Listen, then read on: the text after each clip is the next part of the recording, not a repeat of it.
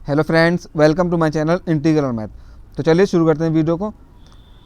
हम लोगों ने यूनिट 1 स्टार्ट कर दी थी और आज इस यूनिट 1 का लास्ट लेक्चर है ये। आज इस लेक्चर के अंदर हम इस यूनिट 1 को कंप्लीट करा देंगे। ये हमारा बिजनेस स्टैटिस्टिक्स का कोर्स है, उसे हम करा चुके हैं। आज ये जो टॉपिक आपको दिखाई दे रहे हैं, ये सारे के सारे टॉपिक इस वीडियो के अंदर हम कंप्लीट कर लेंगे। Bar diagram, histogram, frequency polygon, frequency curve and ओजीब, इन टॉपिक को हम इस वीडियो के अंदर कवर कर रहे होंगे। उससे पहले अगर आप इस चैनल पर नए तो प्लीज़ चैनल को सब्सक्राइब करें ताकि आपको इसी तरह मैथ से रिलेटेड वीडियोस मिलती रहें। चलिए शुरू करते हैं। हमारा पहला टॉपिक ये है कि बार ग्राफ क्या होता है। बार ग्राफ कुछ नहीं है, ये एक पिक्टोरियल रिप्रेजेंटेशन होता है। जैसे ये आपको दिखाई दे रहा है क्या, ये पिक्टोरियल रिप्रेजेंटेशन होता है किस चीज़ का, ये ग्रुप डेटा। कोई भी डेटा अगर गिवन है उसका एक पिक्टोरियल रिप्रेजेंटेशन होता है। किस फॉर्म में होता है, या तो ये वर्टिकल या हॉरिजॉन्टल, वर्टिकल या फिर हॉरिजॉन्टली रेक्टेंगुलर फॉर्म में होगा। ये जो आपको दिखाई दे रहा है ये यहाँ पर वर्टिकली रेक्टेंगुलर फॉर्म में होगा। इस तरीके से जो है हमारा बार ग्राफ होता है। और दूसरा पॉइंट ये है इसके अंदर जो इसकी जो लेंथ होती है, जो भी इस साइड में जो डाटा गिवन होगा उसके अकॉर्डिंग जो है हमारी लेंथ गिवन होती है इन बार की, इन रेक्टेंगल्स की। और इसके अंदर ये जो विड्थ है, हर एक बार की जो विड्थ होती है वो सबकी इक्वल होती है। ये हमारा बार ग्राफ होता है। क्या होता है, एक बार और दोबारा समझाना आपको कि बार ग्राफ क्या होता है।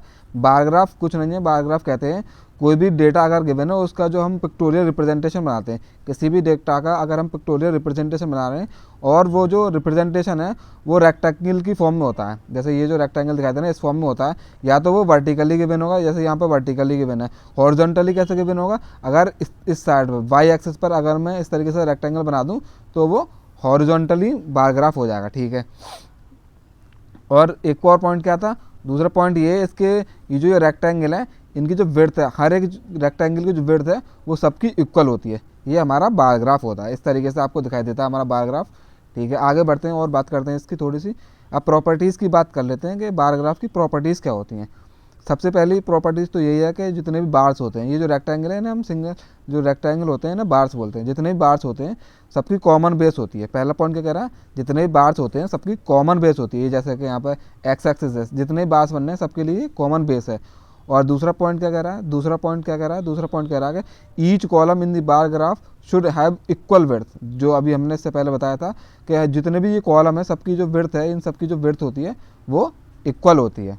ठीक है। और तीसरे पॉइंट की बात करें, the height of the bar should correspond to the data value. जो ये जो हाइट है, ये जो बार की जो हाइट गिवन है, ये जो डेटा वैल्यू इस वाली साइड पे जो डेटा वैल्यू गिवन होती है उसके अकॉर्डिंग होती है। ठीक है। और जो distance between each bar should be the same. और ये जो गैप गिवन है, ये वाला जो गैप गिवन है दो बार्स के बीच में या दो रेक्टेंगल के बीच में जो ये गैप गिवन होता है ये इक्वल होता है।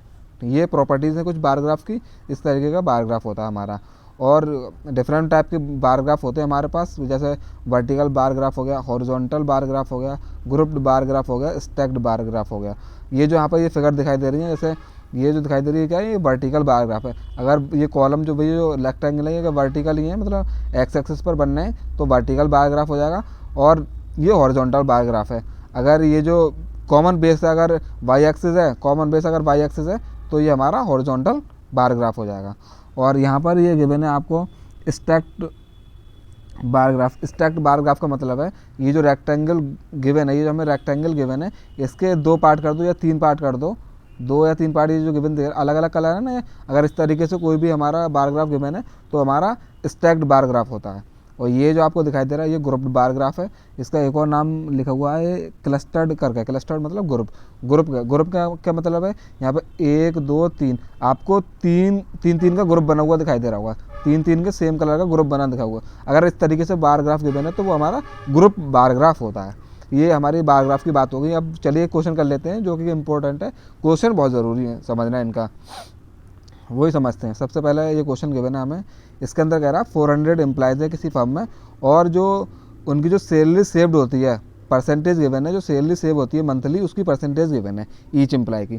क्या गिवन है देख लो, एक तो सेविंग गिवन है परसेंटेज, सैलरी की जो सेविंग होती है पर मंथ उसकी परसेंटेज गिवन है।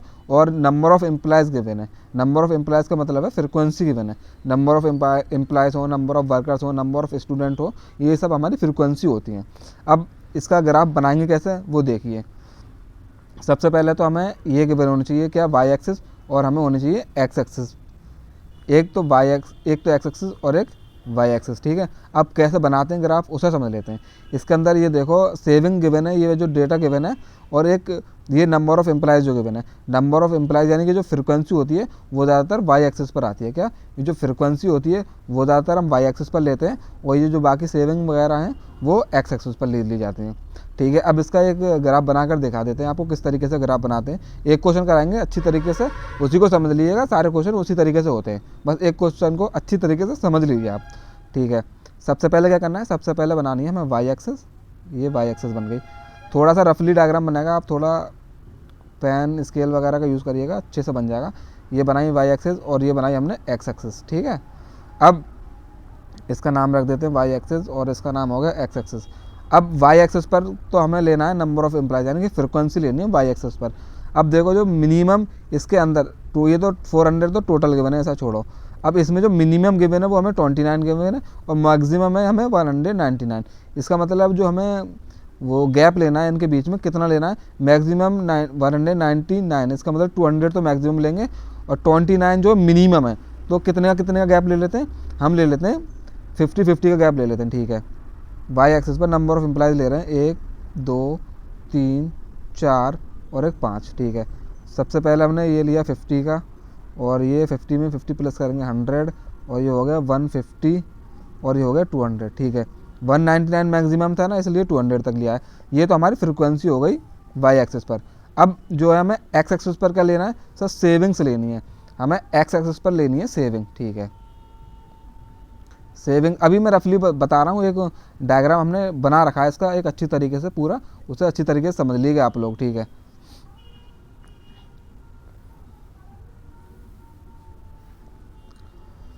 तो अब जो बाई एक्सिस पर है उसे देख लेते हैं। बाई एक्सिस पर हमारा क्या है सर, ये सेविंग्स गिवन है, मिनिमम 20 है और मैक्सिमम 50 है, ठीक है। 20 है यानी कि 10-10 का गैप है, तो हमने शुरू में ली 20 और यहाँ पर ले लेते हैं 0 20, इसके बाद 30, उसके बाद 40। ये जो गैप ले रहा हूँ ना, ये सबका गैप जो इक्वल होना चाहिए, ये हो गया 50, ठीक है। ये हमारा एक्स एक्सिस और वाई एक्सिस हो गया कंप्लीट। अब क्या करना है, अब बनाना कैसे वो देख लो। जब जो है जब 20 सेविंग जो हो रही थी, 20% जो सेविंग हो रही थी वो जो है 105 एम्प्लॉयज़ की हो रही थी। क्या 105 जो एम्प्लॉयज़ हैं उन्होंने 20% सेविंग की है अपनी सैलरी की। दोबारा सुनो क्या कहा, जो 105 जो एम्प्लॉयज़ हैं उन्होंने 20% सेविंग की है, यानी कि 105 जो एम्प्लॉयज़ हैं, यानी कि एक्स वाई एक्सिस पर हमें 105 देखना है। 105 यहाँ यहीं कहीं पर होगा, देखो इसे ऊपर से ग्राफ को लेकर जाएंगे, 105 जो यहीं कहीं पर होगा और 20% सेविंग है। तो इस तरीके से ये बनेगा ग्राफ पहले वाले उसका। अब इन दोनों को देखो 30 और ये क्या गिवन है, 30 और 199 गिवन है, ठीक है। 30 का और 199 का देखो, यानी कि एक्स एक्सिस पर तो हमें 30 देखना है और वाई एक्सिस पर 199, ठीक है। जो ग्राफ बनाओ इक्वली बनाना, ये यहीं कहीं 199 होगा और ये 30 पर बन गया, ठीक है। ये जो विड्थ है इनकी इक्वल होनी चाहिए, आप स्केल से बनाओगे तो एग्जैक्ट इक्वल बनेगी। और अब लेना है इसके बाद 40 और 29 का, यानी कि एक्स एक्सिस पर 40 लेना है और वाई एक्सिस पर 29। एक्स एक्सिस पर 40 ये रहा, वाई एक्सिस पर 29, यानी कि बहुत छोटा होगा ये देखो यहाँ का ही हमारा 29 आ जाएगा, ये बन गया। अब इसके बाद 50 लेना है एक्स एक्सिस पर और 73 लेना है वाई एक्सिस पर। 50 एक्स एक्सिस पर और 73 का मतलब है 100 से थोड़ा सा कम, 100 से ये थोड़ा सा कम लगभग यहाँ कहीं आएगा, ठीक है। जब आप मेज़र करोगे तो कॉपी पर बनाओगे तो आसानी से बना ले जाओगे। इस तरीके से हमारा ये बार ग्राफ बनता है, ये बनकर तैयार हो गया बार ग्राफ। उम्मीद करता हूँ ये बार ग्राफ आपको समझ में आ गया होगा। एक एक क्वेश्चन कराएंगे बार ग्राफ का, हिस्टोग्राम का, फ्रीक्वेंसी, पॉलीगन का, ओजीब का, सबका एक एक क्वेश्चन कराएंगे। इसी तरीके से बाकी सारे क्वेश्चन भी होते हैं। एक बार समझ में ना आए तो वीडियो को दोबारा देख लीजिएगा, उम्मीद करता हूँ समझ में आ जाएगा। वीडियो को दोबारा देखना चाहें तो देख सकते हैं। ये जो बनना है आपका, ये जो आपको दिखाई दे रहा है ये रियल बना हुआ है। इस तरीके से आप एग्जाम के अंदर बनाओगे डायग्राम को।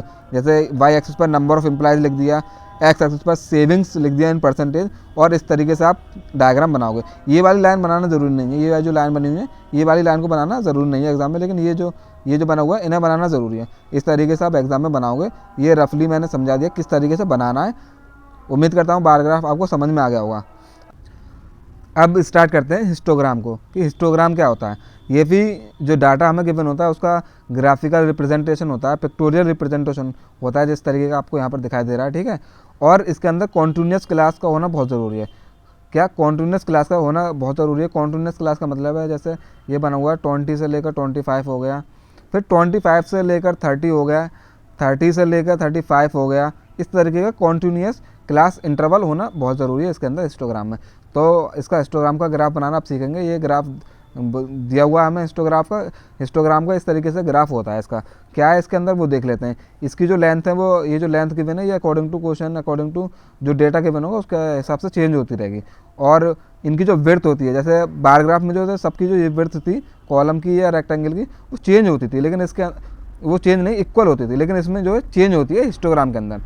बाद में देखेंगे हिस्टोग्राम में और बार ग्राफ में क्या डिफरेंस है। अभी बता दे रहे हैं कि हिस्टोग्राम के अंदर ये जो विड्थ है ये चेंज होती रहती है, हर एक की अलग अलग होती है, ठीक है। ये हमारा, और एक और चीज़ इसके अंदर ये जो रेक्टेंगल्स बने हुए हैं सबके सब चुपके हुए हैं एक दूसरे से, लेकिन बार ग्राफ में अलग थे, इसमें चुपके हुए हैं। ये कुछ बार ग्राफ में और हिस्टोग्राम में डिफरेंस होता है। अब बनाना सीख लेते हैं किसको, हिस्टोग्राम को। एक क्वेश्चन कर लेते हैं हिस्टोग्राम के ऊपर। ये क्वेश्चन गिवन है, इसके अंदर हमें हाइट गिवन है और नंबर ऑफ बॉयज़ गिवन है। नंबर ऑफ बॉयज़ का क्या मतलब है सर, नंबर ऑफ बॉयज़ का मतलब है फ्रीक्वेंसी गिवन है। फ्रीक्वेंसी को हमेशा ये जैसे ये एक्स एक्सिस हो गया, ये हमारी अगर वाई एक्सिस हो गई तो हमेशा वाई एक्सिस पर हम फ्रीक्वेंसी लेंगे, जो बचा हुआ है हाइट वगैरह वो एक्स एक्सिस पर लेंगे। अब इसका ग्राफ बनाकर देख लेते हैं। ये हमें क्लास इंटरवल गिवन है और कॉन्टीन्यूस क्लास इंटरवल है ये, ठीक है। अब इसका ग्राफ बना लेते हैं। किस तरीके से बनेगा, सबसे पहले बनाते हैं वाई एक्सिस, उसके बाद बनाते हैं हम एक्स एक्सिस, ठीक है। इसका नामकरण कर देते हैं। ये हो गई हमारी वाई एक्सिस और ये हो गई हमारी एक्स एक्सिस। अब वाई एक्सिस पर हमें लेना फ्रीक्वेंसी लेना। फ्रीक्वेंसी क्या है सर, हमारी नंबर ऑफ बॉयज़ गिवन है, जो 12, 18, 15, 9 और 8। मिनिमम तो 8 है और मैक्सिमम जो है हमारी 18 है। इसका मतलब हम 5 का गैप ले रहे हैं, ठीक है। इसको 5 में डिवाइड कर दे रहे हैं, 1 2। ये जो गैप मैं ले रहा हूँ ना इक्वल होना चाहिए, 3 4 5। इस तरीके से 5, 10, 15, 20 इस तरीके से हमें बनाना है। फिर हम एक्स एक्सिस पर लेंगे। एक्स एक्सिस पर लेना है क्या, एक्स एक्सिस पर लेनी है हाइट, और हाइट में 40 गिवन है मिनिमम और मैक्सिमम 65 गिवन है। 40 से 45, 45 से 50, यानी 5 का गैप है यहाँ पर, तो हम 5 के गैप लेंगे एक्स एक्सिस के ऊपर, ठीक है।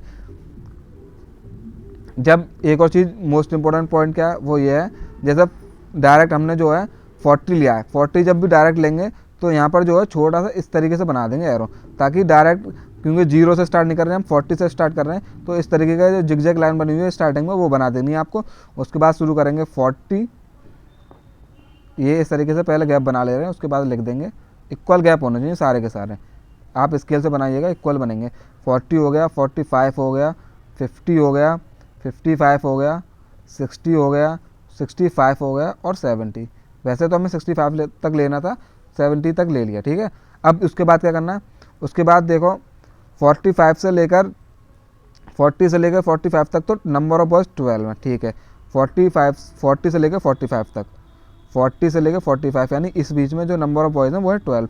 12 क्या होगा, लगभग 12 जो है यहाँ कहीं होगा, ठीक है। तो ये हमने ले लिए नंबर ऑफ बॉयज़ 40 से 45 के बीच में। अब इसके बाद क्या कर रहे हैं, इसके बाद 45 से 50 की जो बीच में जो बॉयज़ हैं वो 18 है, ठीक है।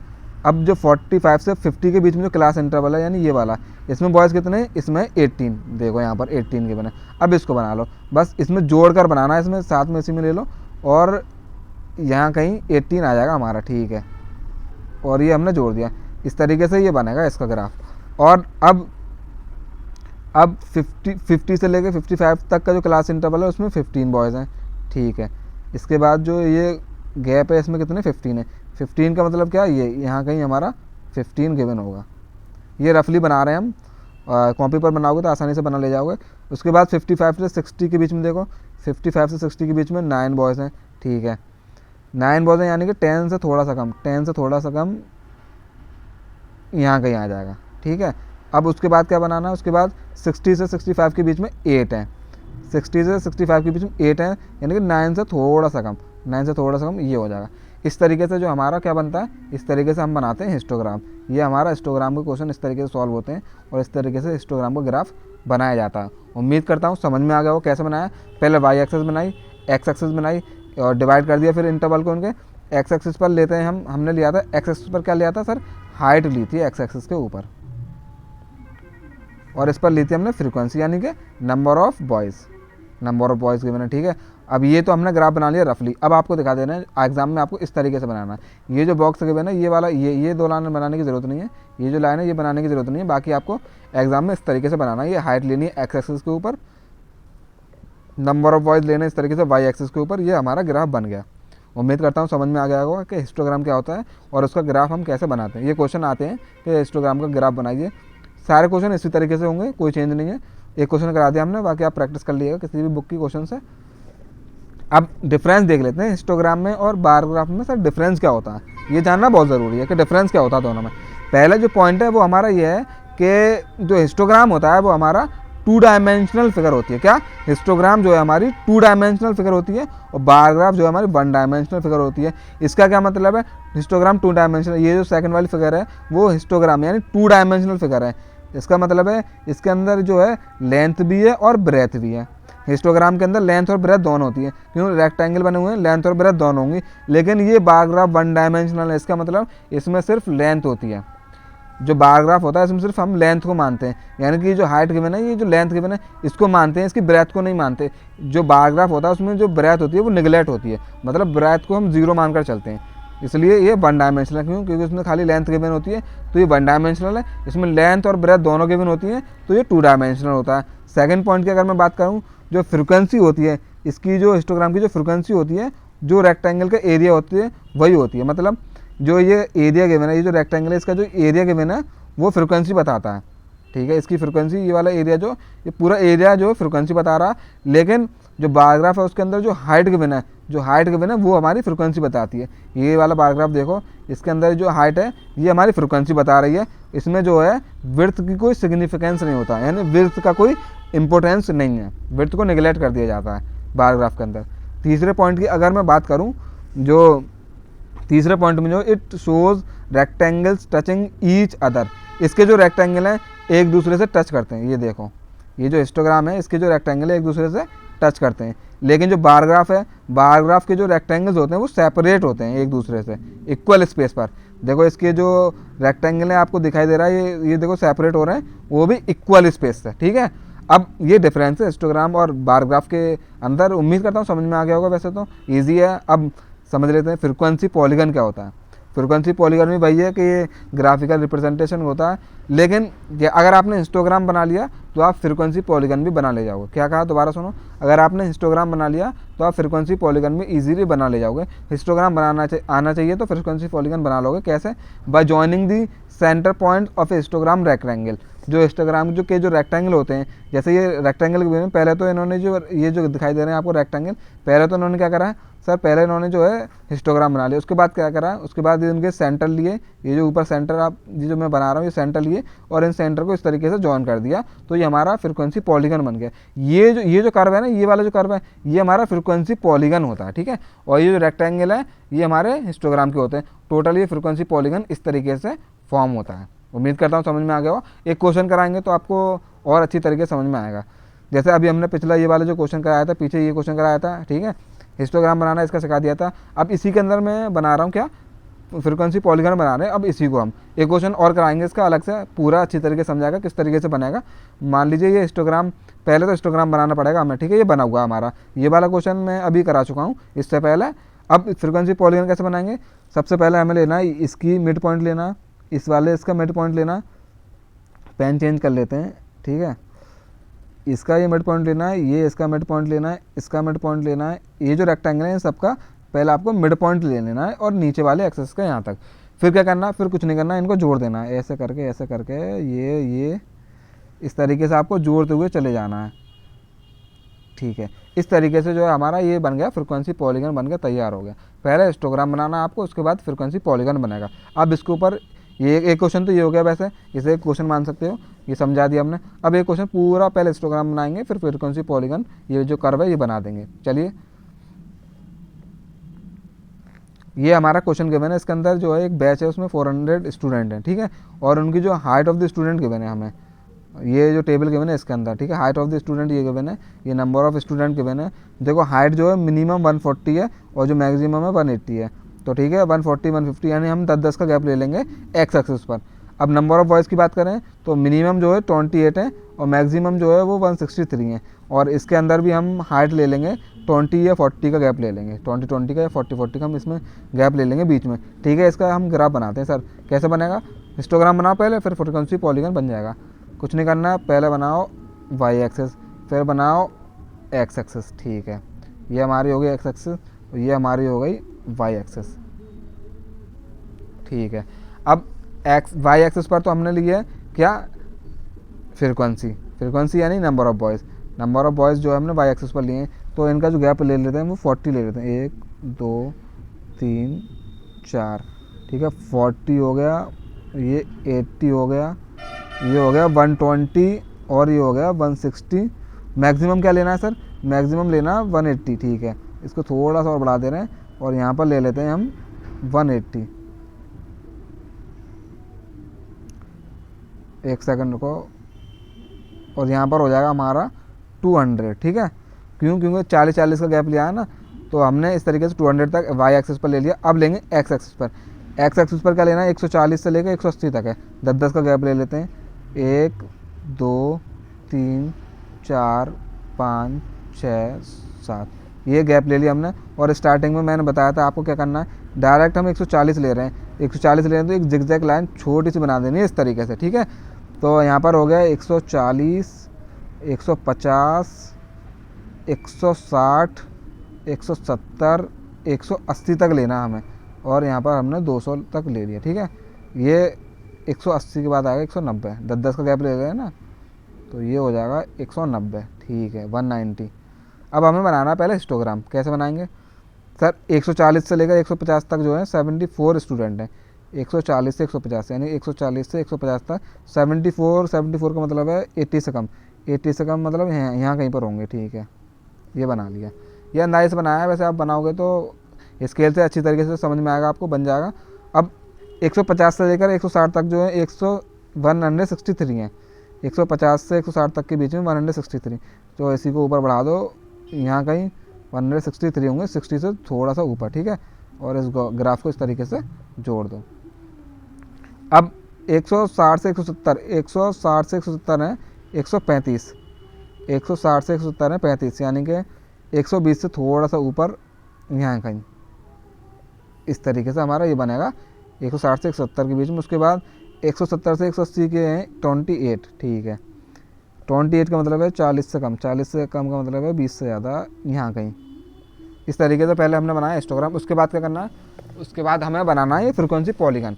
तो क्या करना है? मिड पॉइंट लो, यहाँ पर मिड पॉइंट जो है यहाँ कहीं आएगा, और इसका मिड पॉइंट जो है चेंज कर लेते हैं कलर एक बार इसका। यहाँ पर एक पॉइंट आएगा मिड पॉइंट, इसका यहाँ आएगा, यहाँ पर इसका आएगा, इसका यहाँ कहीं, इसका यहाँ पर आएगा और इसका यहाँ पर।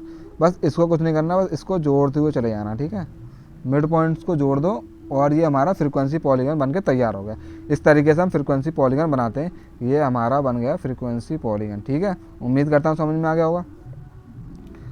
आसान होता है वैसे ग्राफ बनाने, ज़्यादा मुश्किल नहीं है। अब इसका जो रियल है वो बना कर दिखा देते हैं आपको। इस तरीके से रियल में ये दिखाई देगा आपको, ये बनकर। एग्जाम में इस तरीके से सब कुछ लिखकर नंबर ऑफ़ बॉयज़ लिख दिए, हाइट लिख दी इन सेंटीमीटर, इस तरीके से आपको एग्ज़ाम के अंदर बनाना है। उम्मीद करता हूँ समझ में आ गया होगा। आगे बढ़े?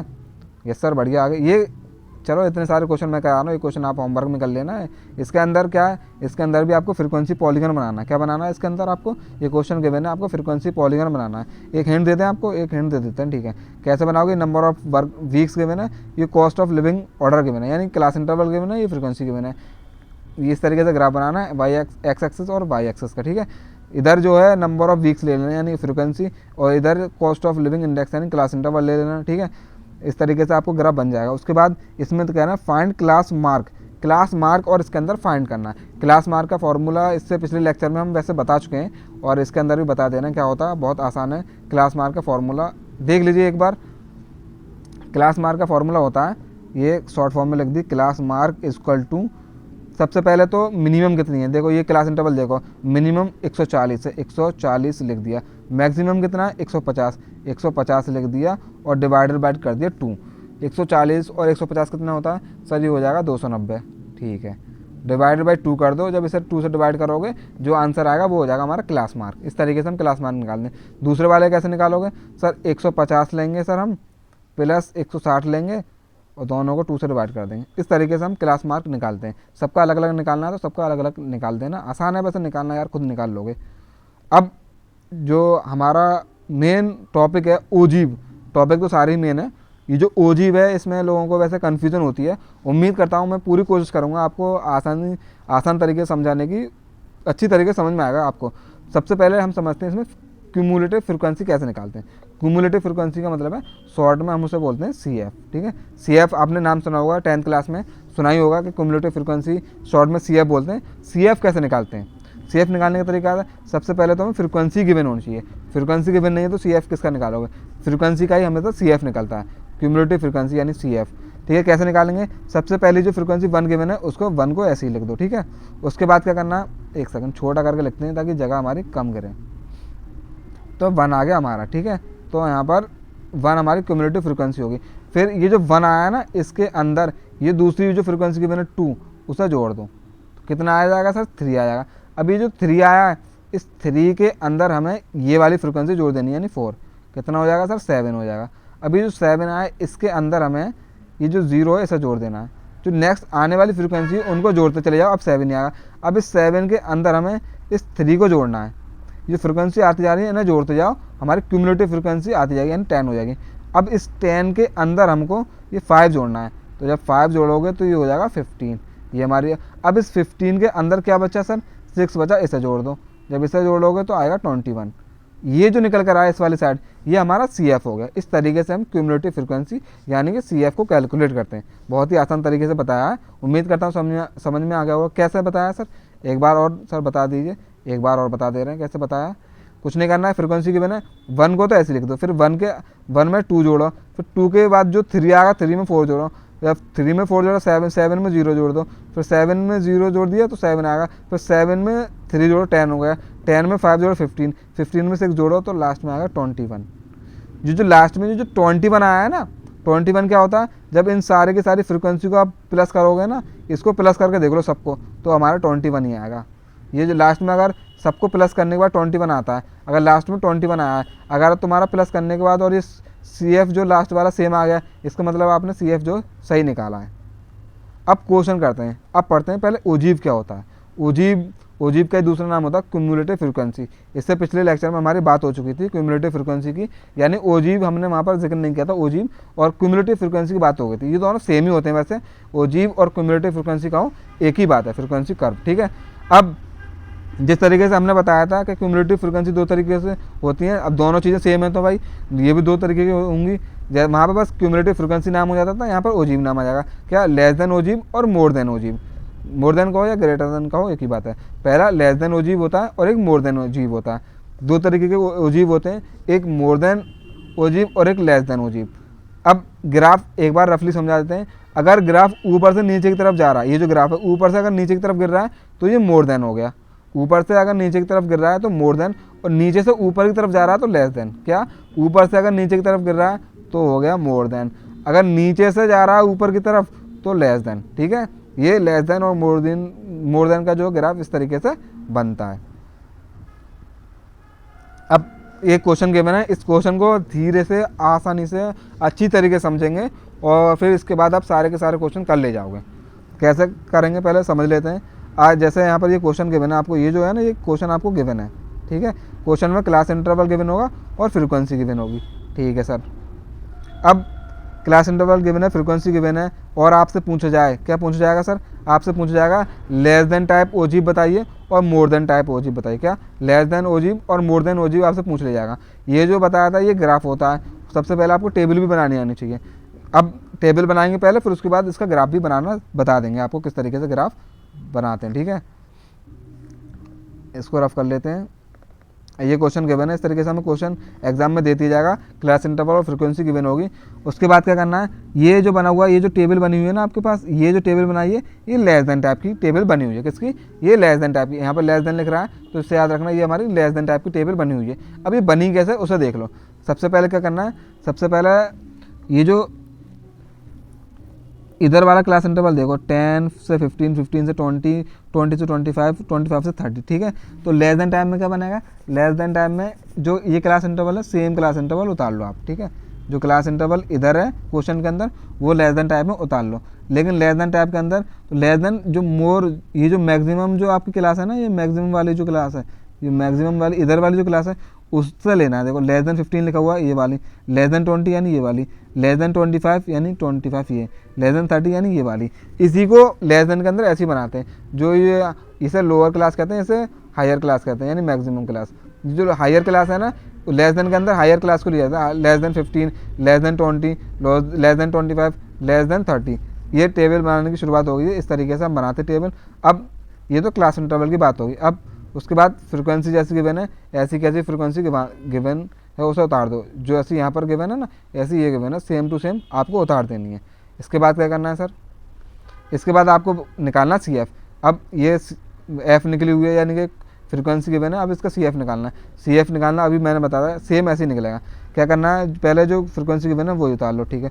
उसके बाद ये जो फ्रिक्वेंसी है इसके अंदर ये जोड़ दो, तो आप 52 आएगा। जब इसमें 18 जोड़ोगे तो 70 आएगा, जब इसमें 30 जोड़ोगे तो 100 आएगा, ठीक है। इस तरीके से लेस देन की जो नॉर्मली सी एफ निकालते हैं, इस तरीके से लेस देन टाइप के अंदर, लेस देन ओजीव के अंदर सी एफ निकाला जाता है। ये जो है हमारी लेस देन की जो है टेबल कंप्लीट होगी, लेस देन ओजीव की टेबल बन गई। ग्राफ अभी बताएंगे। ये जो है हमारी लेस देन की जो है टेबल बन के तैयार होगी, इस तरीके से बनाते हैं।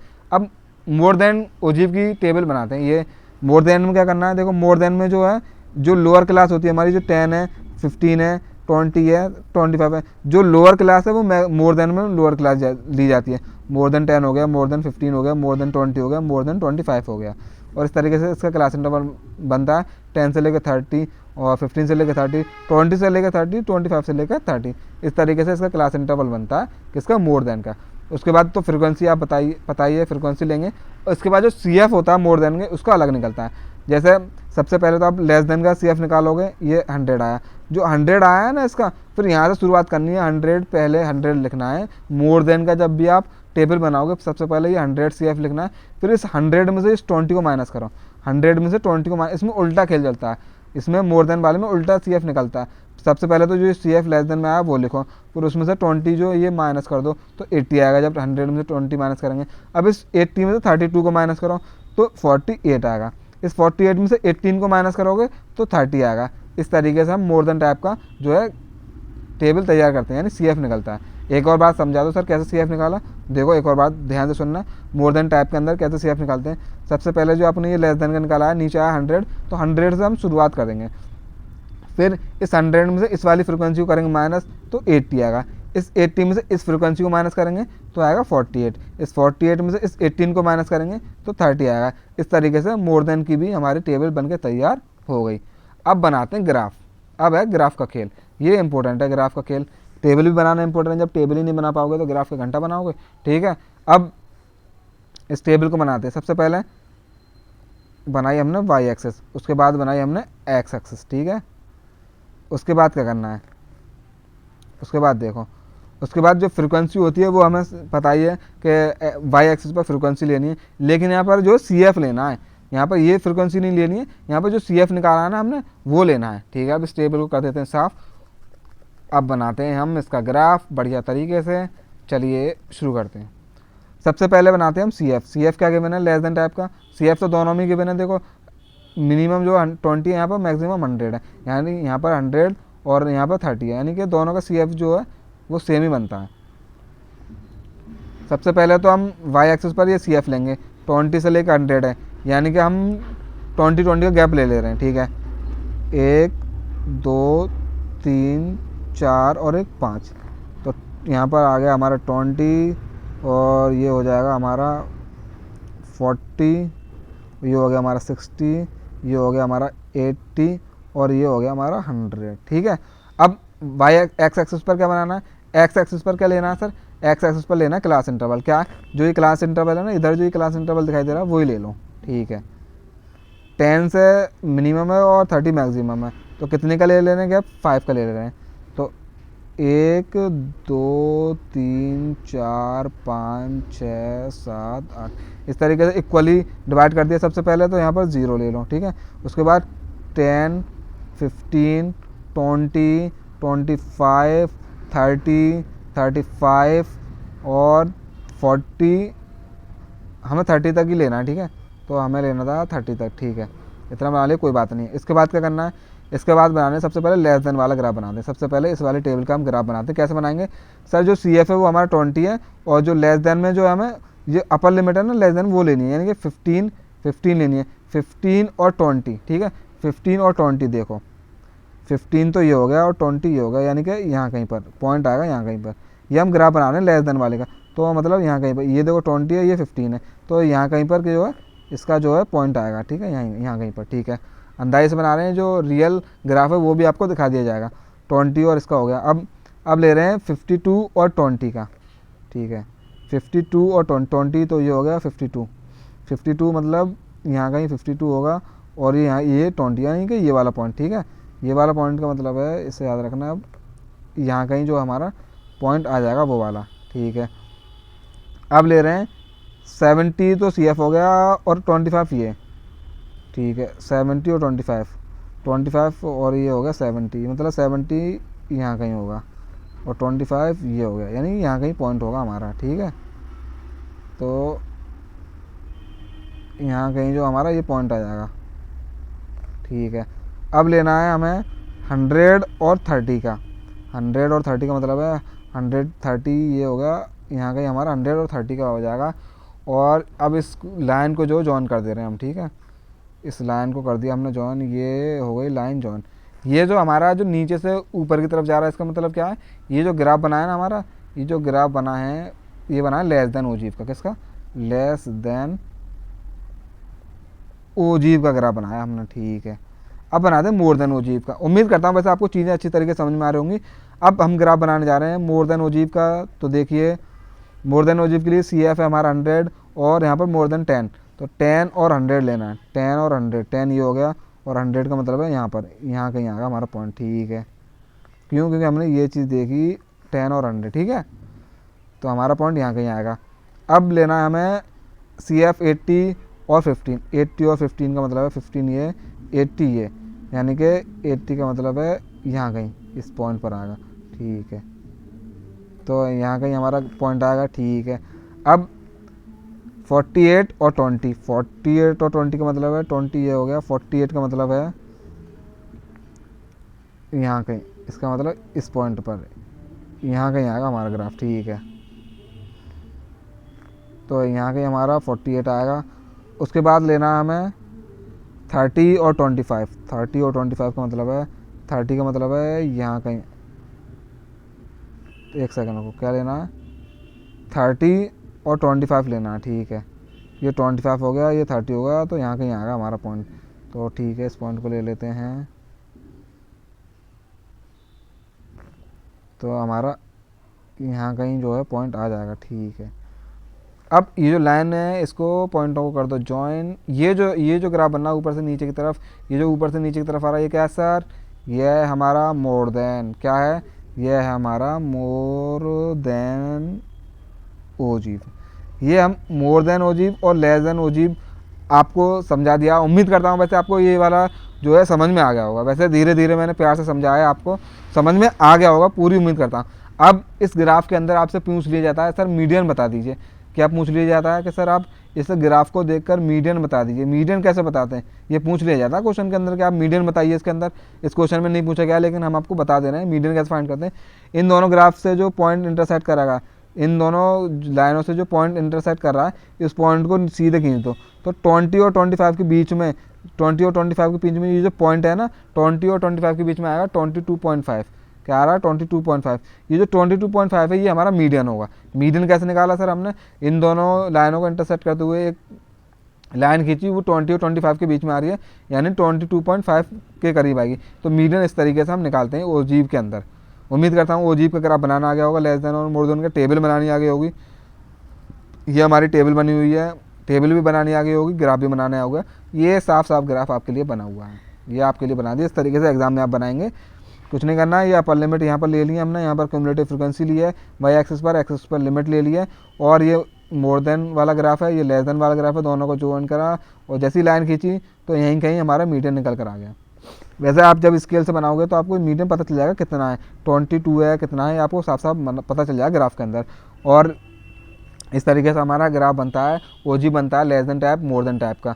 उम्मीद करता हूँ कि आपको ये सारी की सारी चीज़ें समझ में आई होंगी। क्या क्या कवर कराया हमने कराया bar graph, histogram, frequency polygon और फ्रीक्वेंसी कर्व, क्यूमुलेटिव कर्व या फिर ओजी बोल दो। ये चीज़ें हमने एक एक क्वेश्चन हर एक के ऊपर कराया।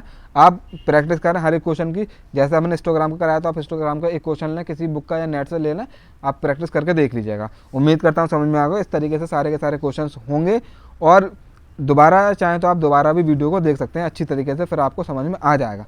उम्मीद करता हूँ चीज़ें आपको समझ में आई होंगी। अगर वीडियो अच्छी लगी हो तो वीडियो को लाइक करें, चैनल को सब्सक्राइब करें। Thank you for watching the video.